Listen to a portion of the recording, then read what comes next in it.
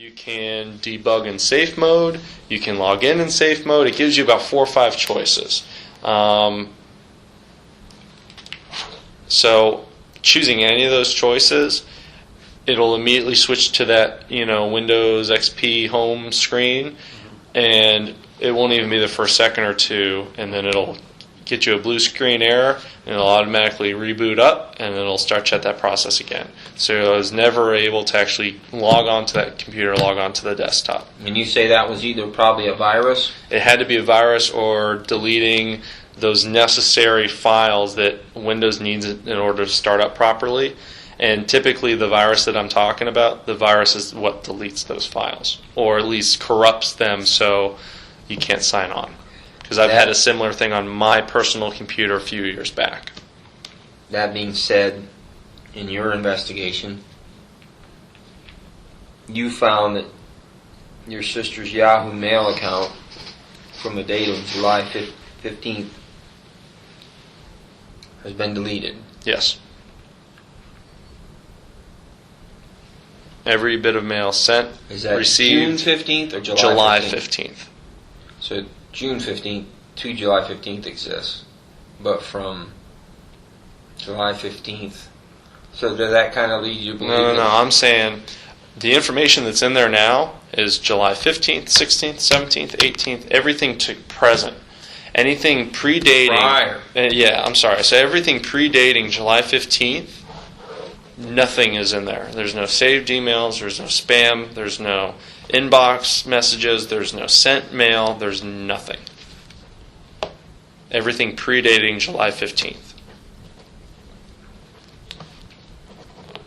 Nothing prior. Nothing.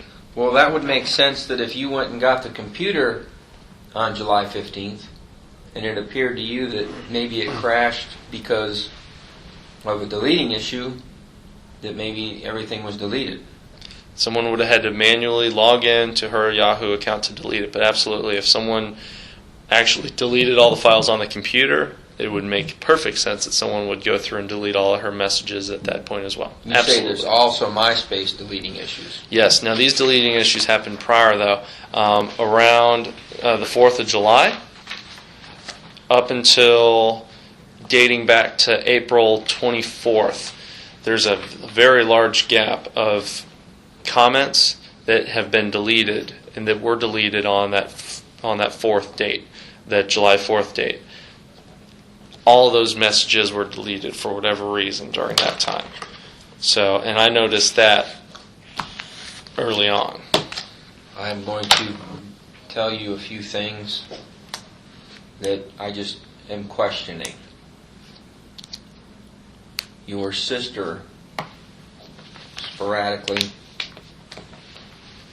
visits her photo bucket from another person's account and enters numerous photos into her photo bucket account, not utilizing her computer. Not utilizing the laptop. Correct. Okay. So, she still has a laptop, but, and this is prior to it crashing, there's photo bucket entries all the way up to the 15th of July, but not made over her laptop, made over a service of another person. Does that make any sense to you? There was another laptop at the residence that she was staying at Tony's residence. I saw it.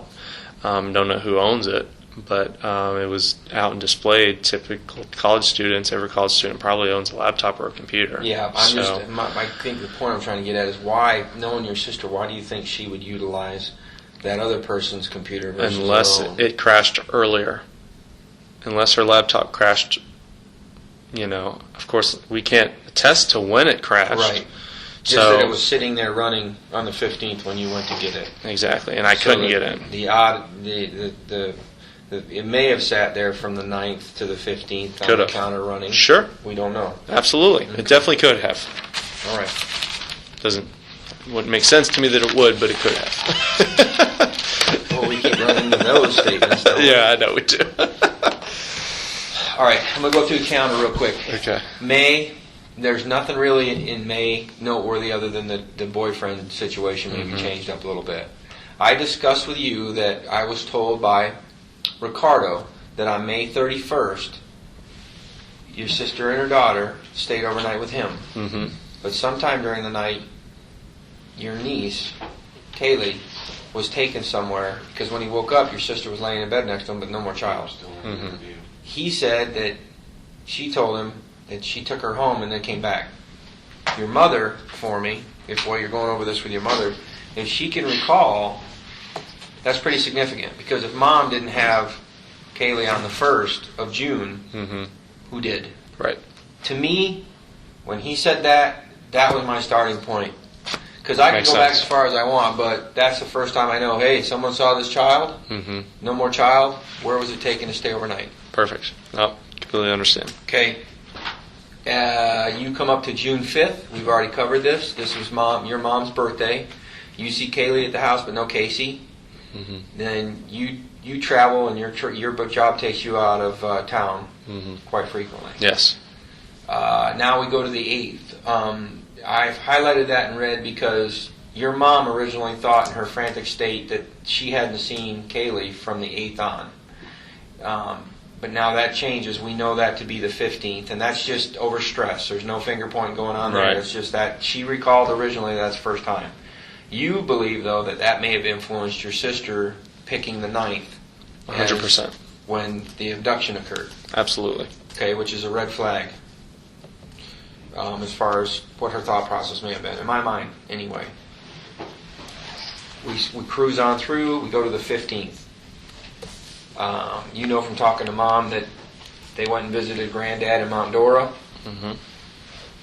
When they came back, you believe from talking to Mom that your sister Casey was at the house and actually downloaded the video and the pictures onto MySpace or onto the home computer. And MySpace, yes. And MySpace, okay. And that being the forensic stuff that we know the last time any digital recording or any photographs were taken or existed of your niece Exactly. was on the 15th. Yes. Okay. Mom gets up in the morning, 8 o'clock. Best of your knowledge. And it looks like you're all over it. Mom leaves, but she never puts eye on your sister or the baby. Correct. Never hears him, never sees him, just goes to work. To my knowledge, no. Okay. But Dad leaves around noon to go to work, and he believes, or he's certain that he saw? You're going to have to corroborate with him, but he has offered that up. To you. Exactly. Okay. That he did see Casey and Caylee leaving about 11:45. You indicate that the 16th, from what you found, seems to be when your sister started staying with Tony. Around about that time, absolutely. Okay.